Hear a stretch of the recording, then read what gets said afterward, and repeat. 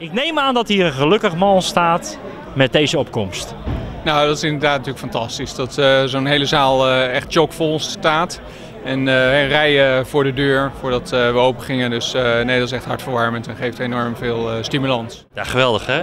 Het leeft bij de mensen. En het is echt iets wat in de bevolking ook echt elke dag ze bezighoudt. En ik vond het ook heel gaaf om te zien dat er heel veel huisartsen, mensen uit de politiek, medewerkers, iedereen hier is.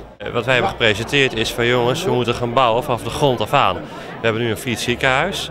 We werken nu al door met de doorstart, maar het is wel zo dat er nu een ziekenhuis is wat failliet is en waar we een doorstart moeten genereren en hoe ga je dat opzetten. En dat voelt heel anders dan dat je zegt van we hebben een ziekenhuis en we draaien gewoon door zoals gisteren.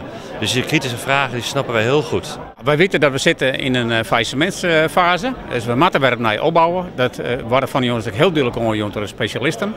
Het is wel een plan, wat een soort basisplan is. Hè. Dus er moeten nog in de toekomst misschien een aantal modules bij. Maar het getuigt wel van realisme en ook van daadkracht om machinaal te zien hoe kunnen we er in de regio weer wat nieuws opbouwen. De hoofdlijnen zoals wij die nu geschetst hebben zijn wel echt realistisch. We hebben ook dit weekend zeg maar, de financiële onderbouwing daarvan rondgekregen. Dus dat is wel een realistisch scenario wat we nu hier hebben geschilderd. De business case zoals wij hebben geschreven, gepresenteerd, draait zwarte cijfers om het zo te zeggen.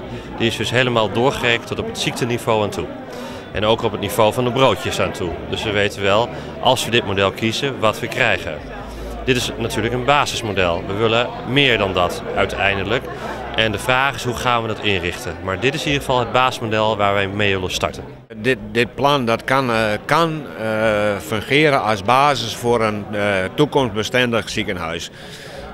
Waar je de reacties die je ook wel uit de zaal horen en waar wij ook tegenaan hikken is het feit van die acute 24 uur spoedeisende zorg. Dat is toch iets wat hartstikke leeft. En wij hebben eigenlijk ook gezegd dat het model zoals we dat nu hebben neergezet ook eigenlijk zeg maar niet hetgeen is wat wij persoonlijk vanuit onze professie het liefst zouden zien.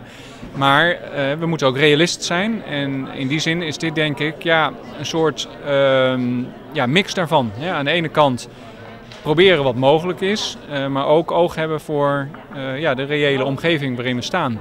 En die is wel echt anders dan bij wijze van spreken 10 jaar geleden. Wij zijn van mening dat de politiek nu aan zet is om die te borgen in deze regio.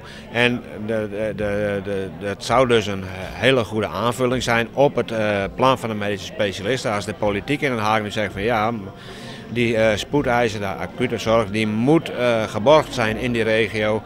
En daar gebruiken we de Sionsberg voor en dan is het helemaal klaar wat ons betreft. Nou, ik heb gezegd inderdaad dat ik heb gemerkt dat de Friese bevolking niet voor een flauwekul naar het ziekenhuis gaat. Ik heb daar geen onderzoek naar gedaan, hè, dus dat is meer een gevoel zeg maar. Hè, maar soms moet je ook spreken vanuit het gevoel denk ik. Ik denk ook dat je zorgen naar oren. Mensen die erbij betrokken zijn, als verpleegkundigen, als mensen die op de spoedeisende werken, dat er wel best een breed elan is om samen de schouders eronder, huisartsen niet mee te denken, dokterswacht. Het is van belang voor de hele zware regio in Noord-Friesland.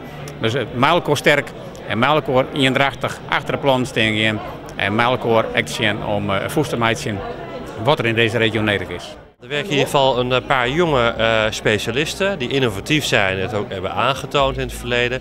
Die ook echt hun handen daarvoor in het vuur willen steken en die ook echt dit willen gaan doen. En bovendien ook nog eens een keer zeggen van wij willen verantwoordelijkheid daarvoor nemen door zelf geld te investeren. Dus ik denk dat dit een prachtig begin is voor nieuwe initiatieven. Dus met recht ons ziekenhuis. Ja, zo voelt het ook echt. Het groepje dat we nu hebben, waar we elke dag mee samenwerken, dat is zo'n hechte groep. En dat hebben we echt sinds de inspectie goed opgebouwd. We weten exact wat we bij elkaar hebben en we weten ook waar we naartoe willen. En dat is heel belangrijk. Dankjewel. En ik ga ervan uit dat het allemaal gaat lukken. Ja, uiteraard, ik ook, ja. RTV